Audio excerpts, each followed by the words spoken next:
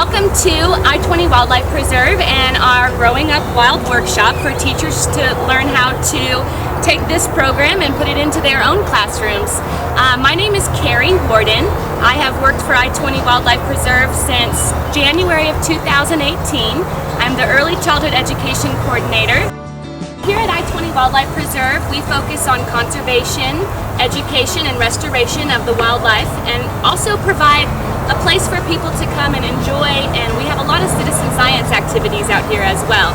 I focus on the Early Childhood Education program, and I have found that this Growing Up Wild workbook that you will all get at the end of this training is a very valuable and versatile curriculum that can be adapted to any situation. Our goal here is to hopefully encourage you to take your students in the great outside a little bit more often, because we all know that sitting in the classroom is hard for little kids, and there's lots and lots of great activities that can be done just outside your school doors. And we're going to see many benefits to having children outside, including the understanding that everything in our world is connected and that everyone plays a role. Also, life is better outside. Growing Up Wild is part of the larger curriculum. Project Wild is developed by the Texas Park and Wildlife Department dating all the way back to the 1940s. So we have a long history of developing curriculum that aids children in the understanding of habitat and wildlife and conservation. And it's designed to be used within whether you teach formal or informal education. It can be adapted to many different situations. It's developed by educators for educators and is very easy to use. It helps students learn how to think and not what to think.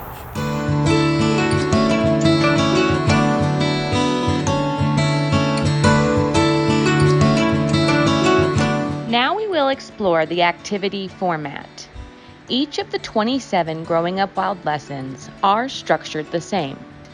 The goal is to assist learners in developing awareness, knowledge, skills, commitment, all concerning wildlife around us, especially the local flora and fauna that we can find right here in this beautiful West Texas. Let's get started with page 1. I love the cross-referencing by subjects, skill, grade level, and topic. This book really is easy to use. So I'm going to try to just skim over each section as quickly as I can and as clearly as I can. So again, please feel free to comment if I leave something out that you're interested on. Okay, so on the far left side of page 1, in the bold blue box, you will find the important standard and correlations, which will be a list of numerical codes and national standards that are addressed in each activity. So in the dark blue box, you have your Head Start outcomes, and then towards the bottom of the box, there's resources, and you'll have your Copy Me pages. And then at the very bottom of that box, you have our age recommendations. Okay, across the top of the page, in the big blue bold letters, you'll always see the title. Below that, you'll see in green is a brief description of the activity. Now, in the yellow box, this is a very great place to start, especially if your own personal knowledge of wildlife might not be that great. So you can go through here and it's just quick facts, background knowledge. This is for the teacher. All right, then below that you have wild, wonderful world words, and that's just bold vocabulary words that you can think about and make sure that you reinforce, possibly make additional activities for. Then of course you have your materials and preparation that might be needed in advance before the student's arrival. And then you have your warm-up, which I like to usually call just kind of gathering the children's pre-knowledge. Below that in the green box, I'll just give you a little bit of information about on which page you can turn to for the additional resources like the Copy Me pages. So we've attached a few of those for the lessons that we look at as well. All right, on to the second half of that first page. We have the Ready, Set, Go, and this will just be the lesson. It might be between 1, maybe 3 steps to 7 steps. They're usually very, very simple. Then very quickly you'll have your wrap up, and then you have the blue box. This is a very important box to me because this is where if you are in a traditional classroom setting and you're not able to somehow adapt these lessons to do completely outdoors, This is a section where you get your children outside.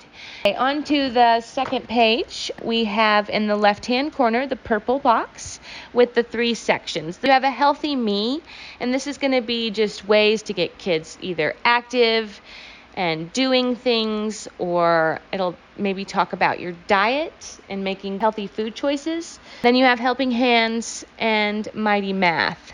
Helping Hands really is where we're teaching and encouraging children to be stewards of our earth. And the last one is a very specific math activity that could be used to match this lesson. And then at the bottom, it just kind of goes over what the home connection is. And then you have, in the middle column there, we have our art projects. And again, that'll be between 1 to 3, most of the time, 3 separate art activities or suggestions that you could use. And then you have your music and movement that would have finger plays, poems, songs, and snacks. And then on the far right-hand corner in the bold green box is even more excellent extensions. So this is titled Centers and Extensions. And again, it'll have 2 to maybe even 4 separate ideas for every single lesson. And again, there are 27 lessons in this book that you're going to receive at the end of this class. We do encourage as much participation as you can handle. Let us know you're there. Tell us how we can help and kind of what your expectations are for this class. I hope that as we move forward in Module 2 and Module 3 and kind of really dive deeper into this awesome book, that we're able to answer any questions that you have and that we all learn a lot.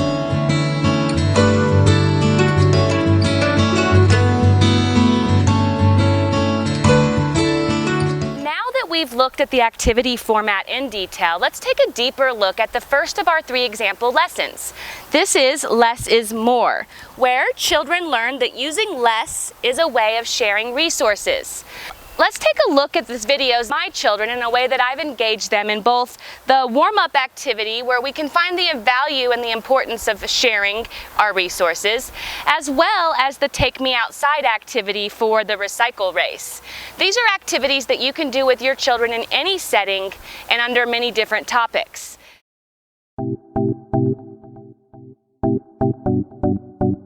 I have a little game set up my kids are going to help me with. It's called a recycling relay race. Here we go. We're going to do a recycling relay race. Here are the rules. We have separated some trash into 3 piles. First pile being cardboard or paper. My son Dayton is holding an example of cardboard and paper. Okay, and then the next category we have is going to be tin. Tin, like tin cans, or also... Yes, like bean cans. Excellent. And the third category we're going to do today is plastic bottles. And they're going to run them over there. So the rules are they have divided the trash up equally into 2 piles, his and hers. Okay, I will start the timer and we will see who can divide their pile into the correct categories the fastest. Yay! Good job, buddy! Well done! Thank you, kiddos.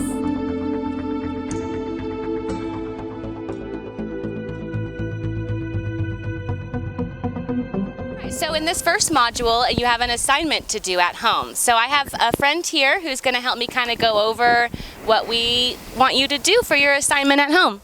Hi, so I am MJ Mariel Juarez, and I am the bilingual facilitator here at the Preserve for Growing Up Wild. So what we did is we pulled materials from our home that were extra, and so instead of throwing them away, we created our own creature. And this creature is a flying lizard. It's a tree lizard. And so he hangs out in the trees and he camouflages, and he can also fly away if a bird starts to chase him. So that's important. It is. So this color is for defense and to protect himself. And he likes to eat leaves, so that's where he hangs out and he eats. So that was my creature, and I used popsicle sticks, hot glue, and some old birthday decorations. And then I got this fancy little string on him so he can fly around. And so that was my creature. Kari, what about yours? Very cool creature. I think he would survive in these trees wonderfully. Okay, so I created a creature here. This is Mr. Grass toad. He has no arms or legs because he doesn't need to move. He stays in one place and hides in the grass, and if you walk by, he'll open up and grab you like a Venus flytrap. We want you to, at home, create your own creature. It can be make-believe or similar to a real creature you've seen. Please be prepared to explain your creature and some of its cool features that it uses to survive in its environment.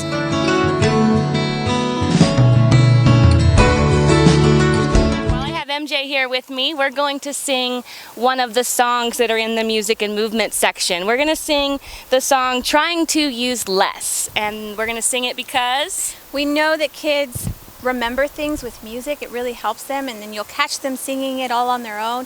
So each lesson has a section for music that helps tie in the lesson with a catchy little tune.